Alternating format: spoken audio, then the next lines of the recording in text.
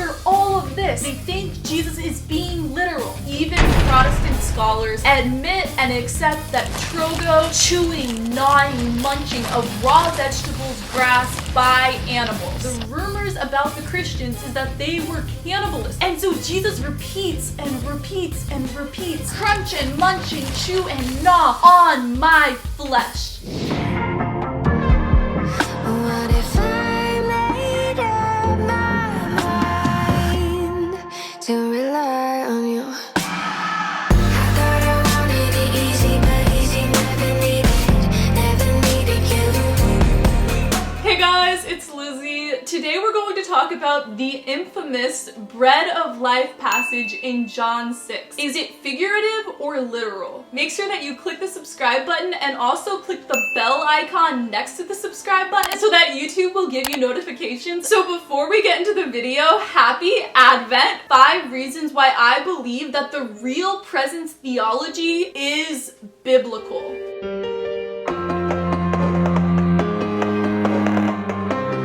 Number 1. The Greek word trogon Jesus uses for eat my flesh in John 6 is the most bizarre, literal meaning of eat you could think of. It's used to describe an animal eating. It's used only 6 times in the entire New Testament. 4 of them are repeated together in John 6. I'm gonna read from Protestant lexicons. One is by Thayer, the other one is by Danker, edited by Bauer. Lexicons are kind of like dictionaries, but they're for ancient languages. They'll define a word and tell you every use of that passage in the Bible and in other ancient literature from around the same time. To gnaw, crunch, and chew raw vegetables and fruit, and things like nuts, almonds. To bite or chew food, to eat audibly, and it specifically says animals eating, chew, nibble, munch. Trogo is used in Homer's Odyssey, book 6, line 90. It's used to talk about mules eating food. There, they unharnessed the mules from the wagon and herded them beside the Eddying River to graze on honey-sweet clover. So the word to graze is trogo in the form trogon. So trogo is like a mule feeding, gnawing. You really have to munch and gnaw and chew and chew. Another use of trogo in the ancient world is in the Epistle of Barnabas. It's used twice. So in chapter 7, verse 8. So they're talking about goats. Leading the goats into the wilderness, taking the wool, placing it on the bush, eating shoots in a field. So like in the Odyssey passage, you really have to chew and grind and gnaw. And then further down in chapter 10, verse 2. So chapter 10 is talking about food laws for the Jews, quoting from Deuteronomy. So the trogain here precedes the passage about not eating pigs, eagles, hawks, crows. That's kind of a tough meat that you really have to chew and gnaw in order to digest it. Also used here to be offensive, referring to barbaric, pagan, non-Israelites. So those were some of the passages that Thayer referred to in coming up with the exact meaning of trogo. But I just wanted to prove that even Protestant scholars admit and accept that trogo means chewing, gnawing, munching of raw vegetables, grass by animals.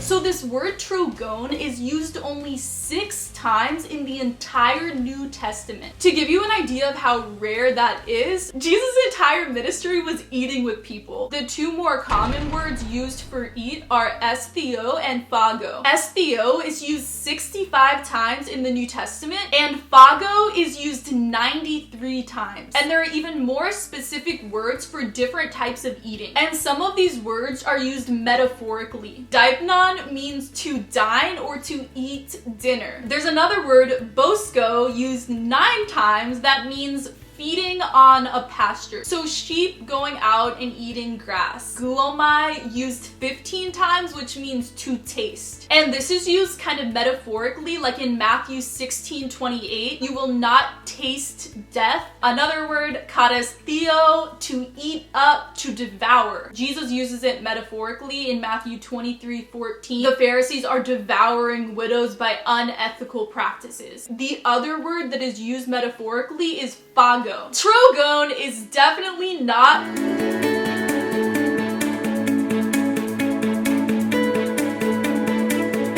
word is kind of offensive to apply to humans. It's also used in Matthew 24:38 when it's talking about the evil people in Genesis that God destroys with the flood. They're trogontest, they're eating. And then later in John 13:18, Jesus uses it again to talk about Judas who's about to betray him. So in this verse, like the Matthew verse, it's kind of used in a derogatory way, like you're an animal.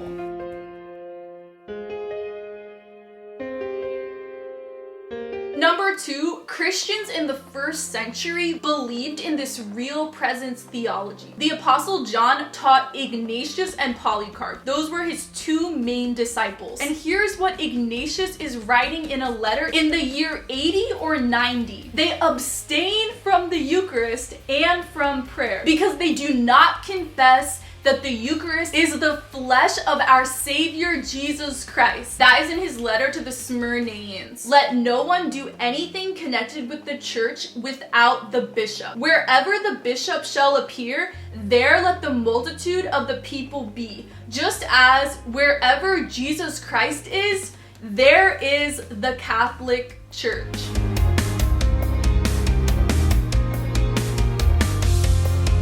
Number 3, this teaching of real presence is right after the miracle, the feeding of the 5,000. So what is interesting is that there's only one miracle in all 4 Gospels. And that miracle is the feeding of the 5,000. I've heard so many Protestants and even Catholics who don't want to accept this teaching, who say that it's just impractical, physically impossible, it's bizarre, it's impossible, it doesn't make sense. Jesus is saying, look, I did this miracle. And then look at the wording in these passages. It's so similar to the Last Supper accounts where Jesus prays and then breaks the bread and then distributes. So after this miracle, Jesus goes away by himself. The apostles get on a boat.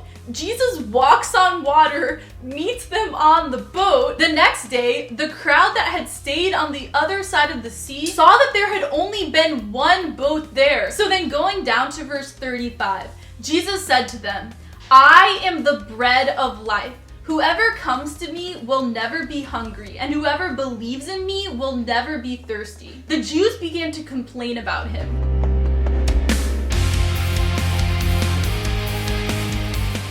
I am the bread of life. I am the living bread that came down from heaven. Whoever eats of this bread will live forever, and the bread that I will give you for the life of the world is my flesh. For the second time, they got upset about what he's saying. The Jews disputed among themselves. How can this man give us his flesh to eat? They were interpreting it as though it was not a metaphor. So they were getting upset. So then, instead of maybe clearing it up that it was a metaphor, he begins to use this trogon word 4 times. Verse 54, those who eat my flesh and drink my blood, chew and gnaw and crunch, and I will raise them up on the last day. Next verse, for my flesh is true food, and my blood is true drink. The next verse is the second time he uses trogon. Those who munch and crunch and chew and drink my blood abide in me, and I in them. Verse 57.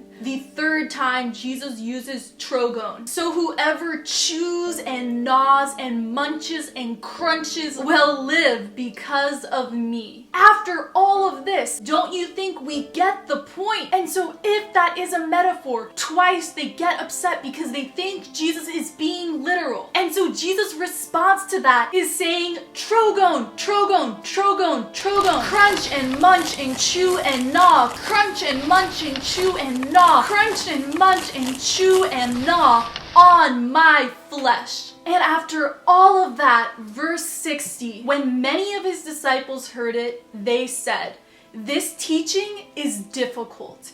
Who can accept it?" Which right now, many of you watching this feel the exact same way. This is such a hard teaching. Who can believe it? And Jesus says, does this offend you? Then what if you were to see the Son of Man ascending to where he was before? And so for the third time, Jesus can say, just kidding, it's a metaphor. I was just saying trogon, trogon, trogon, trogon to be funny. LOL, it's a joke. It's a metaphor. I was just messing with you. Your reactions are too funny. Because of this, many of his disciples turned back and no longer went about with him. There are many times throughout scripture when people turn away and don't follow him. Jesus is constantly telling stories, parables, farming metaphors. But when people are confused, he explains the parable. He explains what it actually means. And here he was given 3 opportunities to explain that it's symbolic, that it's a metaphor. But instead, Jesus uses a farming word. Jesus repeats and repeats and repeats the most bizarre Greek word for some animal chewing and gnawing and crunching on a raw vegetable or a nut or a plant.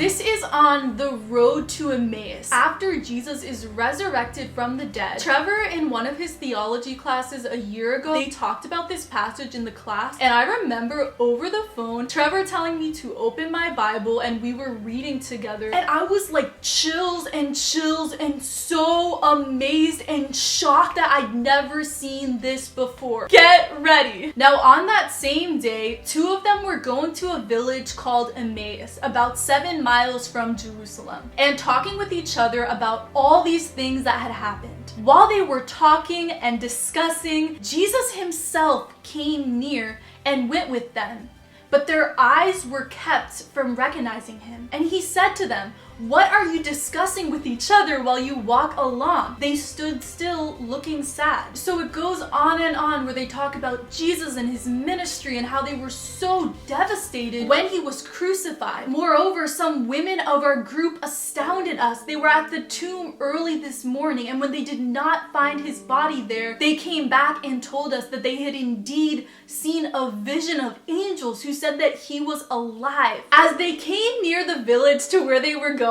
he walked ahead as if he were going on. They urged him strongly, "Stay with us because it is almost evening and the day is nearly over." I'm already getting shivers. When he was at the table with them, he took bread, blessed it, and broke it, and gave it to them. Then their eyes were opened, and he vanished from their sight. They said to each other, "Were not our hearts burning within us while he was talking to us on the road?" Get ready. They found the 11 and their companions together. They were saying, "The Lord has risen indeed, and he has appeared to Simon." Then they told what had happened on the road and how he had been made known to them in the breaking of the bread. In the breaking of the bread. Look at the wording in these passages. It's so similar to the Last Supper accounts where Jesus prays and then breaks the bread and then distributes. So it is the Eucharist. Jesus is walking with them, amidst them. He has been made known in the breaking of the bread in the Eucharist. And then let's just read the end of Luke. While Jesus was blessing them, he withdrew from them and was carried up into heaven. And they worshipped him and returned to Jerusalem with great joy, and they were continually in the temple praising God.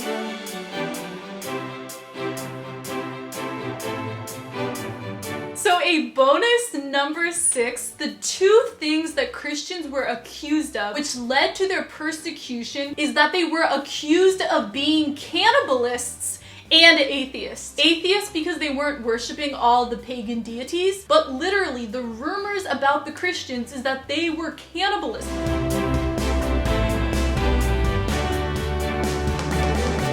In the Gospel of John, we do not have the Last Supper accounts like we have in Matthew, Mark, and Luke. Instead, the turning of the water into wine and the feeding of the 5,000, that is the Last Supper accounts in John. And if we look at the 3 other Last Supper accounts, they do not have these graphic words to describe. Matthew 26:26, eat is phageta, so that word phago. And then in Mark and Luke, it doesn't even have the word take, eat. It just says take it. Mark 14, take it, this is my body. Luke 22:19, this is my body given to you. Do this in remembrance of me. So why does John so explicitly have this real presence teaching in it? Matthew, Mark, and Luke are called the Synoptic Gospels. They're very similar. They follow more of a linear chronological structure. The Gospel of John is written decades after the first 3 Gospels. All the other apostles were martyred pretty early on. John ends up living until around 190, 110. And so the dating of the Gospel of John is around the year 90 or 100. What was happening in the church at this time? All of these heresies and forms of Gnosticism, where they see matter as evil, trying to get away from the physical to the spiritual. And so, of course, within this Middle Platonism philosophy, within all these Gnostic heresies, the idea that God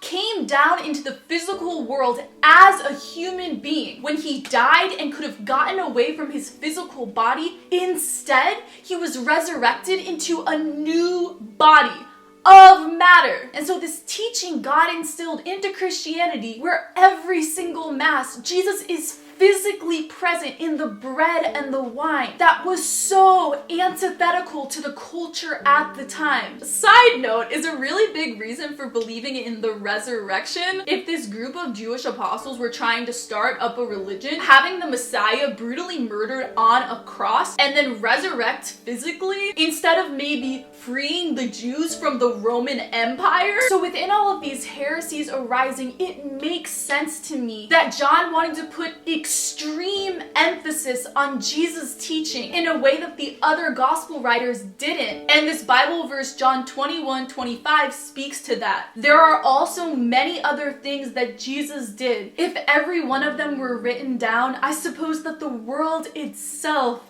could not contain the books that would be written.